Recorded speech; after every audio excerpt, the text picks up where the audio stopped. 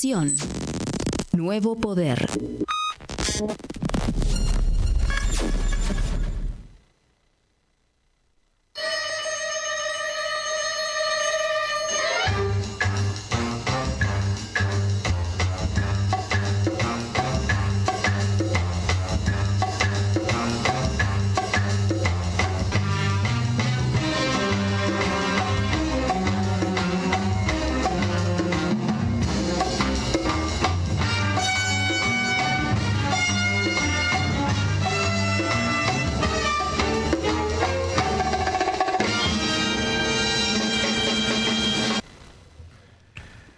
Bueno, buenas tardes. Buenas tardes, drones, dronas, Guillermo, Ariadna, Alberto y toda la tribu de Enterprise. De la Enterprise. De la Enterpresa. Estamos con el programa 202, Capicúa. 202. Interesante. Sí. ¿No buscabas vos el boleto Capicúa cuando subías el colectivo? Sí, ¿cómo que no? Eso se perdió ahora, con la tarjeta sube no hay Capicúa. Es un desastre. Así perdemos cosas. Y era lindo el Capicúa. Era sí. Lo guardabas. Importante. Se puede mirar en la hora ahora. La buena es que el Capicúa. El número de la hora, claro. ¿Ah, sí? Ahí se puede ver.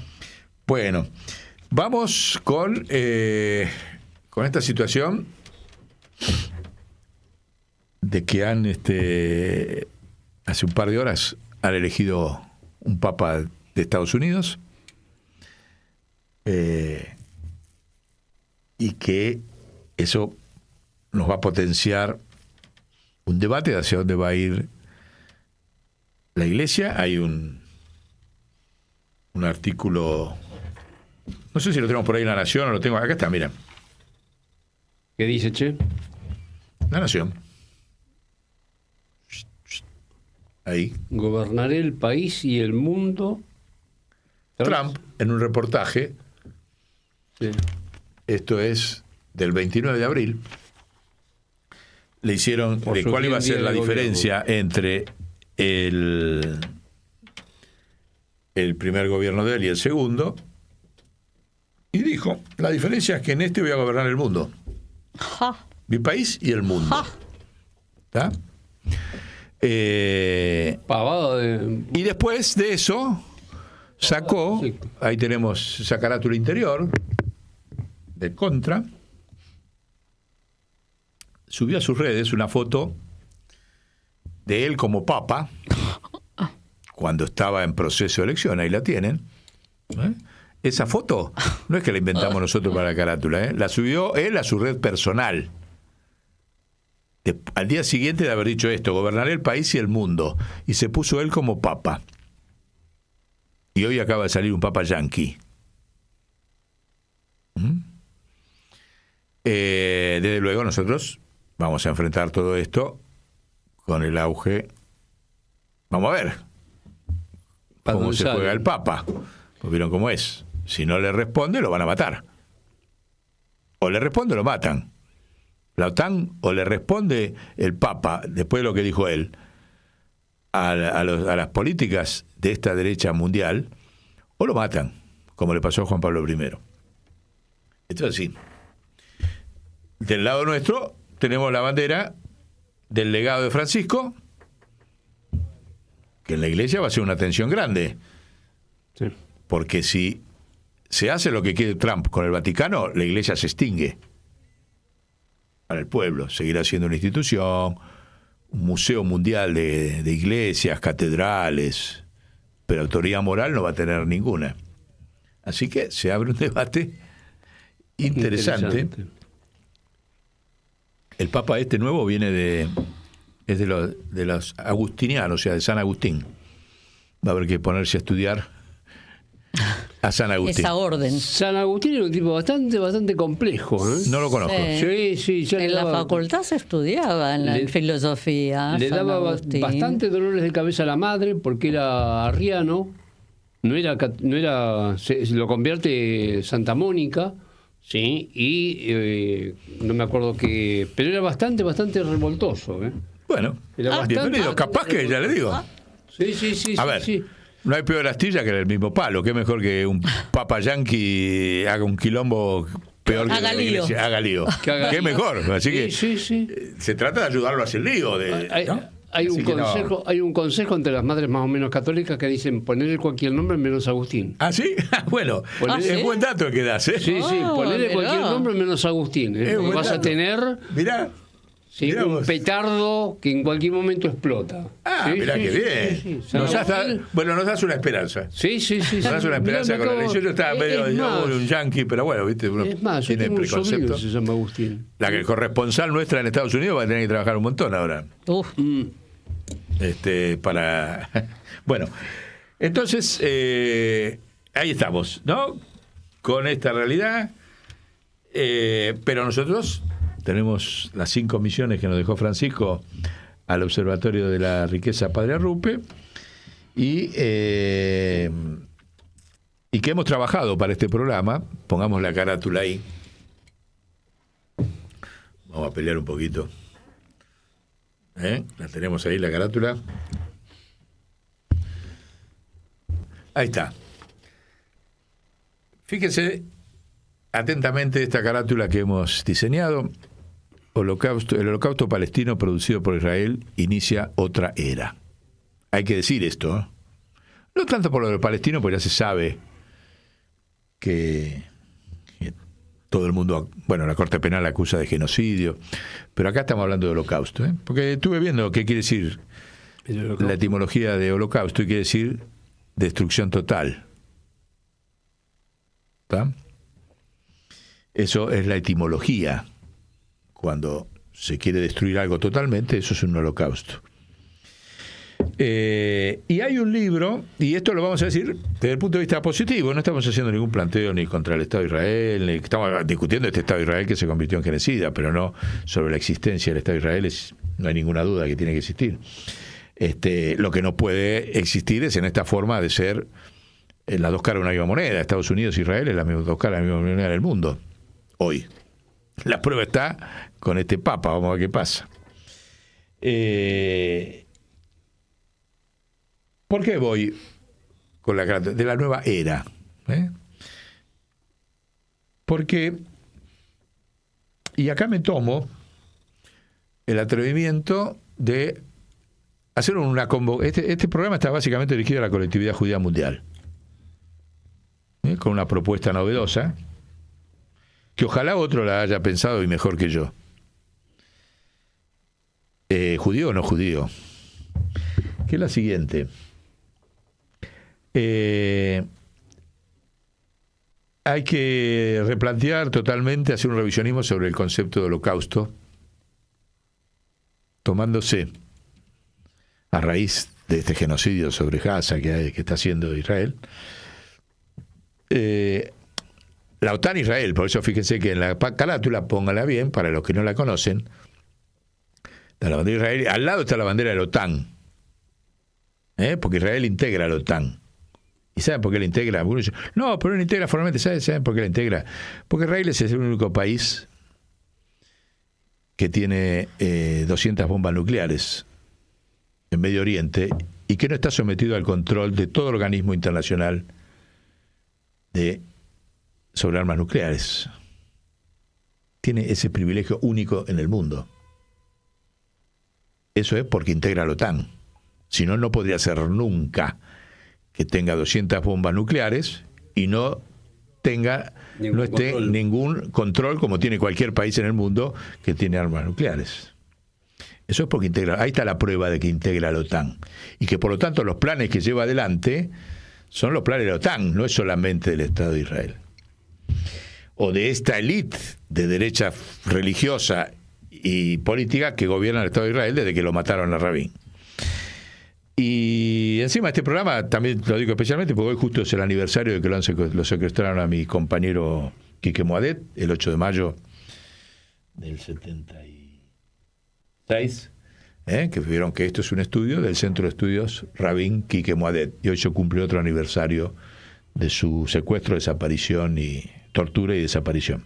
Así que el programa también está dedicado a la memoria de Quique Moadet y el resto de los compañeros desaparecidos que no que tuvieron valentía y no cantaron nuestros nombres para que estemos hoy acá pudiendo hacer esto. Entonces, volviendo, me voy a tomar para analizar, ahí está, Quique Moadet y Rabin, que representaban una etapa de la historia, porque es bastante interesante en este revisionismo sobre el concepto de holocausto que voy a proponer, cuál fue la evolución de el logro de que un pueblo que no tenía Estado pase a tener Estado, como fue el pueblo judío en el mundo, que lo tuvo en el año 48. Ahí vamos a poner la guía por el trabajo excelente de Finkelstein, que está el libro La industria del holocausto, que es un hijo de sobrevivientes del holocausto, ahí está, La industria del holocausto, que hizo hace 25 años atrás un replanteo muy profundo, el cual asumo yo hoy como base para un nuevo planteo, una nueva resignificación del holocausto, a la cual convoco a toda la colectividad judía mundial, y no judía, con el mismo criterio con que estamos impulsando que la Iglesia Católica llame a un concilio vaticano abierto a todas las comunidades humanistas y religiosas. Se lo venimos planteando a Francisco desde que, porque era un mandato de Elder Cámara, Jerónimo Podestá y Clelia, y nosotros cumplimos ese mandato. Y ahora se lo vamos a pedir formalmente. León 14. No sé, ¿cuál es? León 14. León 14. Mira, otro león. Ya tenemos que se disfraza de león, otro león. Otro león. Ay, Dios. Seguimos mal. Pero bueno, mantengo tu expectativa en San Agustín. De San Agustín. Mantengamos la expectativa en San Agustín. ¿Te imaginas cómo se va a poner Va a decir que él es un hijo de él. Claro. Milei va a decir que es un león, ese es el hijo. Va a decir cualquier cosa. Bueno, no sabía siempre lo de dice León. Cualquier cosa. Sí, bueno, pero ahora le estoy dando letras. No sabía yo lo de León 14. Que según él ya se llamó así. Creo que se autodenomina, el Papa se autodenomina. ¿sí? Sí, como Francisco. Bueno, Sí, bueno, sabía que ya estaba. Entonces, en este libro de Finkelstein, él dice lo siguiente, libro que generó polémica en Estados Unidos, internacional. Nadie lo pudo acusar de antisemita, como es el primer recurso falso que hacen a estos revisionismos, porque el hombre es judío, descendiente del holocausto, defiende al Estado de Israel, nadie nos dice que nada, pero ¿qué dice? Dice que había un concepto del holocausto hasta el año 67, hasta 1967. En Estados Unidos y en el mundo. A partir de la guerra del 67, cambia ese concepto y aparece el concepto del holocausto. No existía el concepto de holocausto hasta 1967, ni institucionalmente, ni en la opinión pública, ni en los medios de comunicación. ¿Por qué razón? Y plantea dos conceptos. Porque la colectividad judía en Estados Unidos priorizó el tema de la Guerra Fría. Entonces no había que atacar a Alemania, porque Alemania era la vanguardia contra la Unión Soviética. Entonces, hasta ese momento, el holocausto no existió. Lo documenta siguiendo los diarios de la colectividad en Estados Unidos, New York Times, las instituciones, dice, no había. ¿Por qué? Porque la prioridad no era discutir lo que había pasado en el holocausto. Habían pasado ya hasta el 67, 28 años de que había empezado el holocausto. Y eso no era prioridad porque afectaba. ¿Por qué? Porque Estados Unidos y la colectividad judía de Estados Unidos, que era absolutamente antisocialista, sospechaba de la doble lealtad del Estado de Israel hacia la URSS y hacia Estados Unidos. Esa doble lealtad en la cual sospechaba, por ahí con cierta razón, existía todavía el Partido Laborista, la Unión Soviética había armado a Israel a través de Checoslovaquia, como él lo demuestra en ese libro, había un embargo de armas y Y las primeras inmigraciones fueron socialistas. Por Venían eso. del socialismo Entonces, ruso. había una duda de hacia dónde iba Israel. ¿Se ponía del lado de la revolución y los movimientos de liberación o se ponía del lado de Estados Unidos? Esa doble lealtad, explica este señor en este brillante libro, era la duda. Entonces, hasta ahí. No, el holocausto no, porque encima el holocausto ataca a Alemania y me debilita al principal actor de Estados Unidos en Europa contra la Unión Soviética. Y la colectividad judía en Estados Unidos cayó el holocausto durante 30 años, hasta el 67.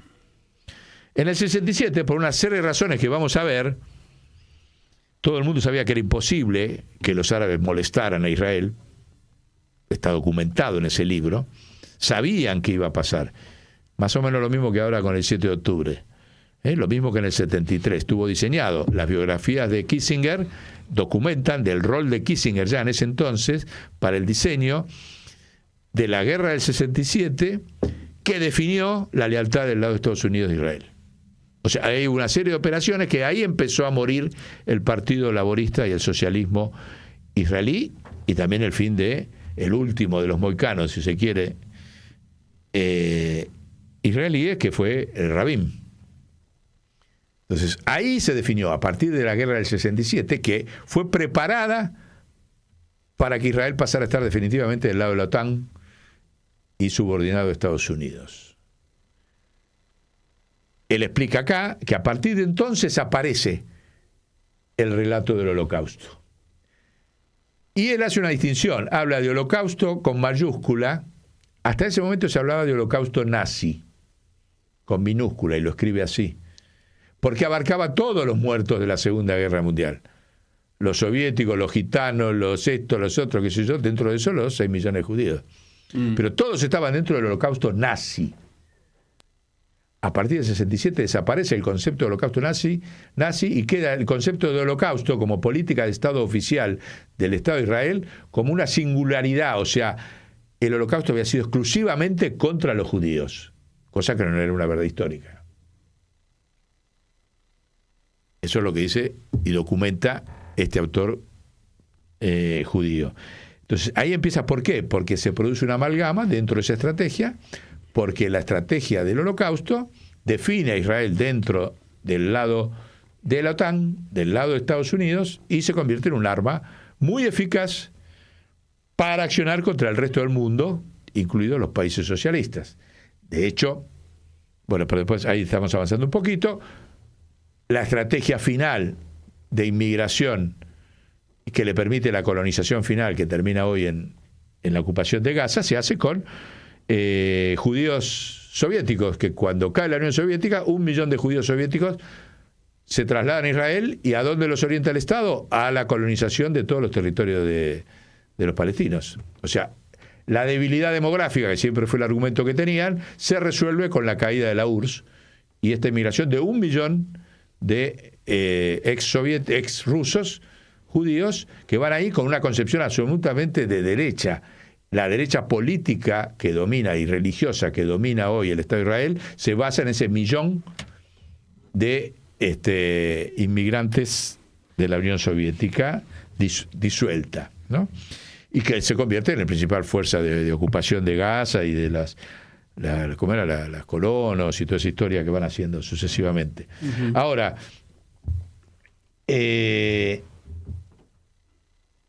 esa realidad, uno dice, ¿por qué de repente cambiaron y qué sé yo?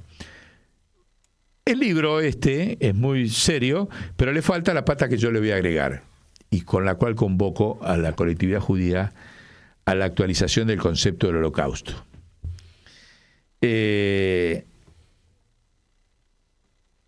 La simetría absoluta, simetría, no asimetría, simetría absoluta entre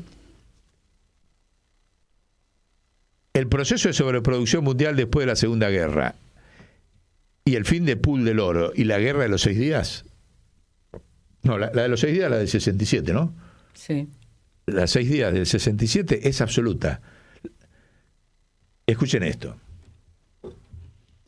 Después de la Segunda Guerra, así como hacen este circo de los derechos humanos y descolonización, que no fue tal, porque fíjense, Francia siguió explotando las colonias en Francia, y eso la llevó, ese poder de colonización simulada sobre Francia, la llevó a convertirse en el principal competidor de Estados Unidos. Porque produjo tal acumulación de capital en su balanza de pago, Francia, gracias a la explotación de las colonias en África, con simulacro de descolonizado político, pero colonizado, el Banco Central de Francia sigue manejando al día de hoy esas colonias, que pasó a tener un superávit de riqueza tan grande en la balanza de pago Francia, mientras Estados Unidos cada vez tuvo menos superávit y empezó a tener déficit. Pongamos ahí la foto de Gaulle con Kennedy en el año 61. Esos dos desequilibrios entre dos fuerzas imperiales, dejalas ahí, ya lo tiene a De Gaulle y Kennedy, negociando ¿qué? Negociando de que Francia no se fuera del pool del oro. El pool del oro fue el instrumento que hicieron después de la Segunda Guerra los países imperiales triunfantes, que dijeron que $1 era igual a 31 dólares en la onza del oro. $35, no me acuerdo cuál era. Es una ley. ¿Vieron como cuando habíamos estudiado de que el presidente de la Academia Científica de Inglaterra había fabricado truchamente aquello de que una libra esterlina era tantas onzas de oro, que lo hizo, ¿cómo se llama? Franklin, no, bueno, no importa. El capo, toda una mentira mediática.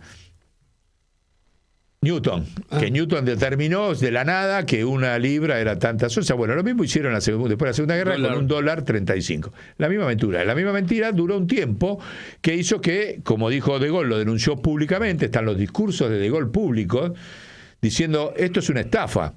Dice, porque Estados Unidos emite moneda, tiene déficit por todos lados, y nosotros, bueno, entonces toma una decisión, porque Estados Unidos tenía todas las reservas de oro del mundo de todos los países en la Reserva Federal.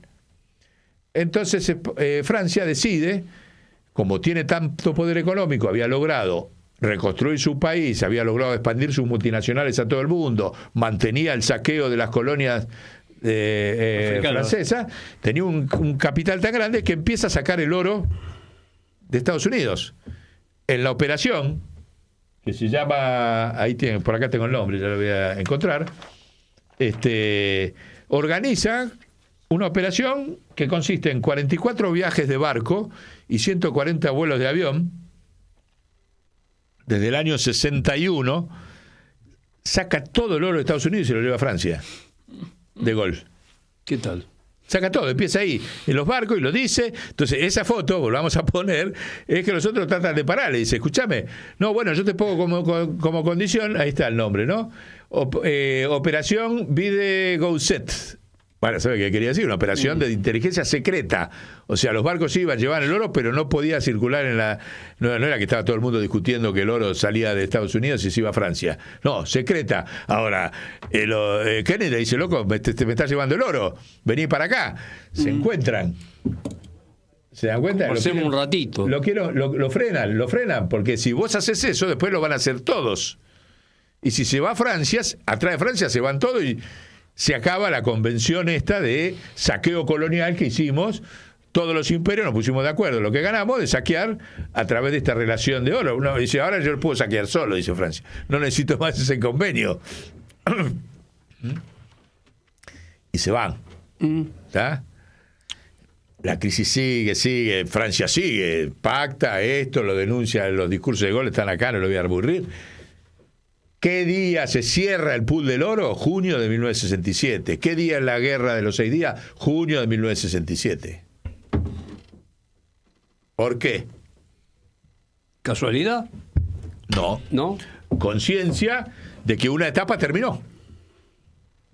Ese mecanismo de dominio de los imperios sobre los pueblos que tuvo siempre en el oro o en la plata, o sea, en el anclaje ficcional metálico para saquear, viene desde Potosí, qué sé yo, podemos ir para atrás, hay que hacer toda la historia monetaria de todos los imperios, pero lo metálico era durante, yo diría, no sé, bueno, sería arriesgado decir que todos los imperios utilizaron lo metálico, por ahí otros imperios utilizaron otro para saquear a otros pueblos, otros mecanismos, pero por lo menos sabemos que en el capitalismo siempre fue desde cuando conquistan acá, Potosí, sacan el oro, la plata, México, todo, el Río de la Plata nuestro, ¿por qué se llama Río de la Plata? Porque se suponía que había un imperio de plata acá, nunca lo encontraron. Pero bueno, lo metálico fue el eje del dominio imperial sobre los pueblos en el mundo. Eso se terminó en junio del 67, porque fue el último intento de frenarlo. A partir de ahí, ya a los 3 años Estados Unidos declara la inconvertibilidad del dólar en oro, pues todo el mundo sacaba, el otro no tenía más oro, no tenía proporción. Bueno, a partir de ahí empieza el desarrollo de otra etapa civilizatoria que lleva 50 años, donde la soberanía de las monedas nacionales se fortaleció cada vez más. Por eso, no hablemos de la Argentina, que ya le digo, estamos exactamente al revés de lo que hicieron todos los países del mundo.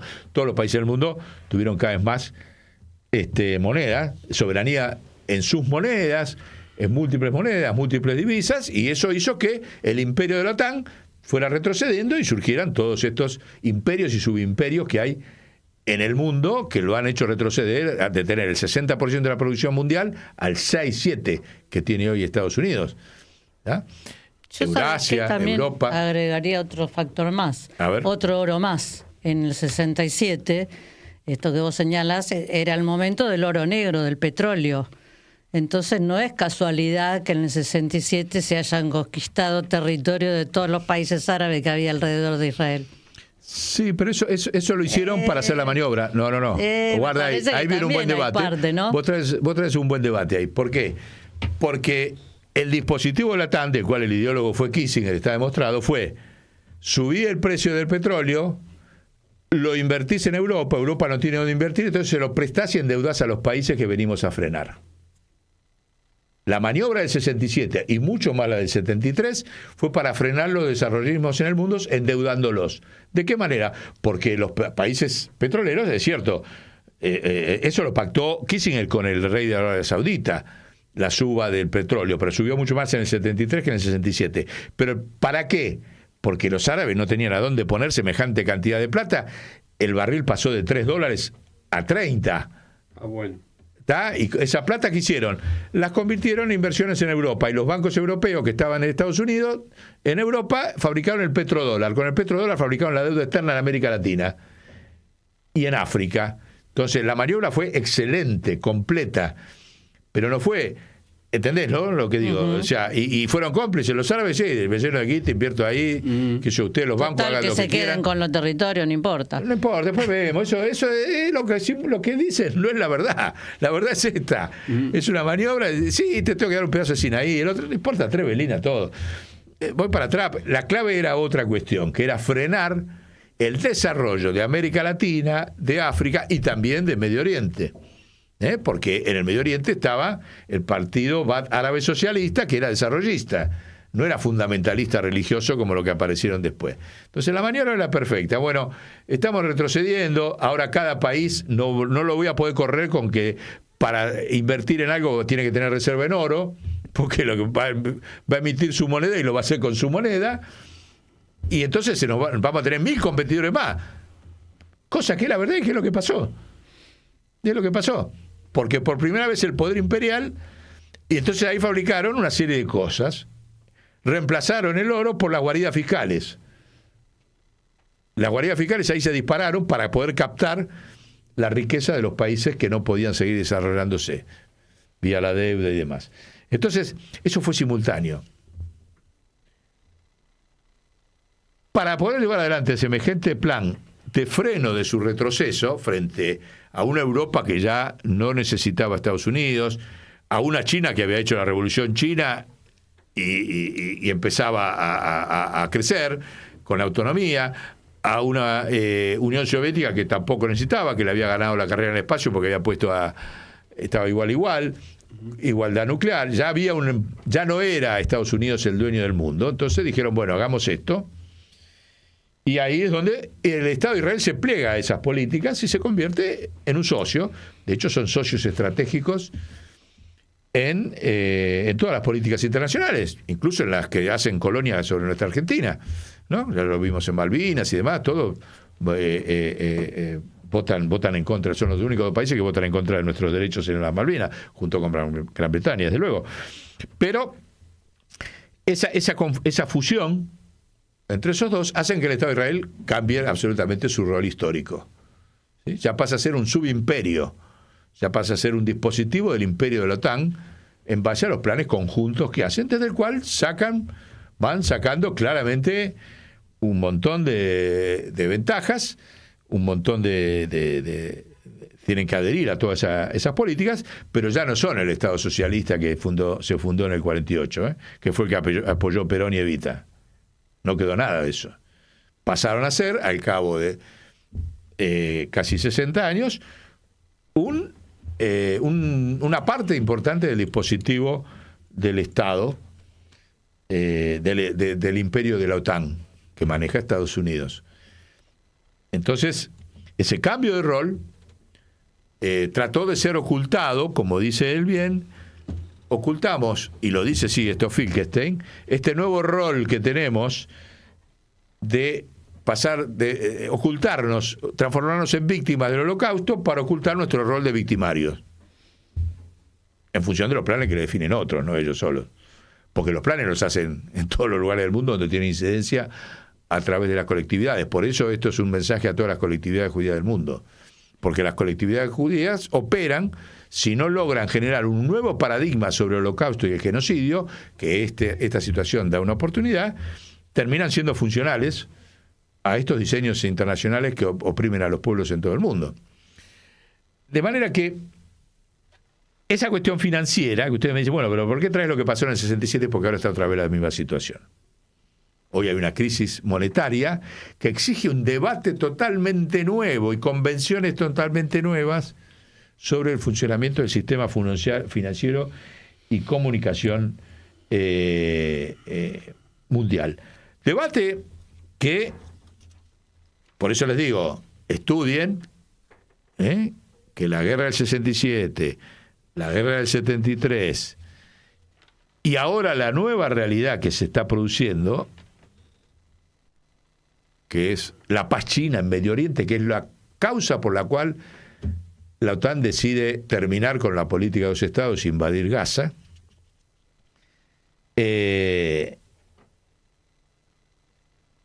Eso crea una nueva situación. Y vos vas a decir, ¿por qué? ¿Cuál es la diferencia? Bueno, el autor, Finkelstein, hace una pregunta muy inteligente. Primero recopila cómo fue la primera guerra de independencia en 1948 del Estado de Israel contra los árabes. Dice, ahí éramos 700.000 judíos contra 27 millones de árabes en los países circundantes. Nadie daba 5 pesos de que nosotros podíamos ganar. Nos ayudó a ganar la Unión Soviética a través de pactos secretos de entrega de armas desde Checoslovaquia. Dice, pero ahí era absolutamente débil realmente el Estado. Pero nadie hablaba de Holocausto. O sea, la debilidad mayor del Estado de Israel fue en el año 48.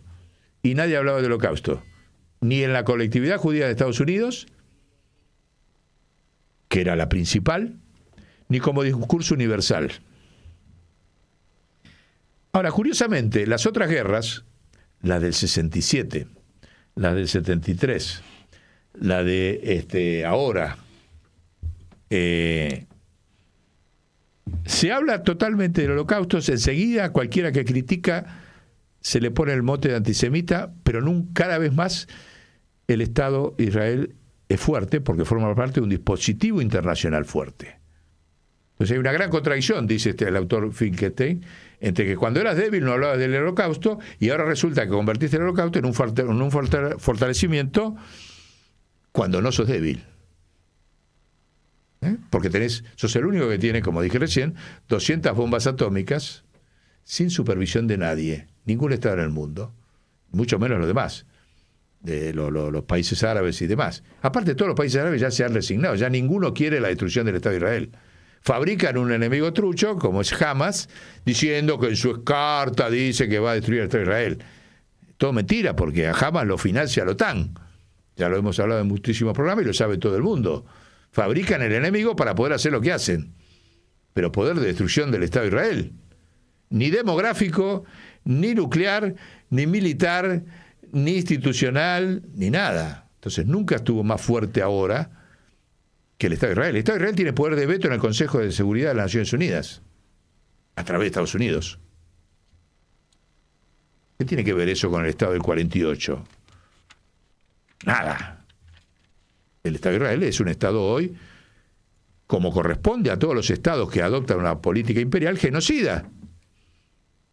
No es el único, como venimos diciendo, son todos. Y ahora vamos a hablar de qué es lo que se puede hacer para salir de esta situación. Pero lo primero es reconocer la realidad y dejar de fabricar una victimización que es mentira. Te lo están diciendo los propios historiadores judíos de la historia del Estado de Israel, como Finkelstein y como los hechos actuales. Entonces, ¿qué estrategia es la que, por eso pongamos la carátula, nueva era? En el 67 empezó una era que terminó en el 2023 con la matanza de los 40.000 chicos en Palestina. Y empezó una nueva era civilizatoria. Terminó. ¿Qué había empezado en el 67? La estrategia que hicieron ellos cuando perdieron el control monetario del oro como moneda fue desarrollar la estrategia de genocidios locales sin guerras generales. O sea, pequeñas estrategias hizo el imperio de la OTAN de genocidio. Nosotros sufrimos uno, ¿sí? Centroamérica sufrió otro. Pequeños genocidios locales, ya no las guerras generales como fue la Primera, Segunda Guerra Mundial, o la Segunda, o la de Hiroshima que te tiró la bomba atómica. No, desarrollo de estrategias de genocidios locales integrales que abarca lo militar, la salud, la educación, que vos seas un ignorante. Eso que define Rafael Lemkin en su libro fundante del concepto de genocidio, que la estrategia de genocidio es una estrategia de colonización de una nación y de un pueblo. Eso lo llevaron adelante. Sí liberaron los ecocidios, le dijeron al sistema, destruir toda la naturaleza, total, no me interesa. Será problema de otro, cosa que vuelve a decir ahora Trump, ¿no? No hay cambio climático, todas las barbaridades que dicen. Entonces, ecocidios sin límite y genocidios locales y medidos, integrales pero limitados. Lo que dice este autor, que se reemplazó la conciencia que había del holocausto nazi por holocausto. Nada más. En el mundo. De esa manera, eliminaron la capacidad de conciencia del mundo sobre las causas de la guerra por sobreproducción, sobreoferta y deflación que caracteriza al imperialismo y al capitalismo. Hasta el 67 eso estaba vigente en un montón de investigadores en el mundo. ¿Sí? Y los eliminaron y los reemplazaron por el discurso de que si decís algo que no me gusta, enseguida te pongo el mote de antisemita falso. Y así disciplinaron las academias, como ahora Trump acaba de sacar un decreto donde Universidad de Estados Unidos que enseña cuestiones de Palestina no recibe más fondos. Ahora, Trump. Disciplinaron las academias. Los de Harvard se le rebelaron. Oh, bienvenido, pero estoy diciendo las políticas alumnos y profesores se le rebelaron y dijeron, sí, vos no querés sancionar. Bueno, vamos a ver si pero te quiero decir, las políticas hacen ellos, no quiere decir que la vayan a ganar, estoy de acuerdo con eso, no la van a ganar. Por eso la carátula, ¿quién está ahí? El Eternauta, Ni más ni menos que lo de Harvard, digo, porque viste, ahí tiene el prestigio que tiene Harvard, que se le rebelen, es importante. Entonces,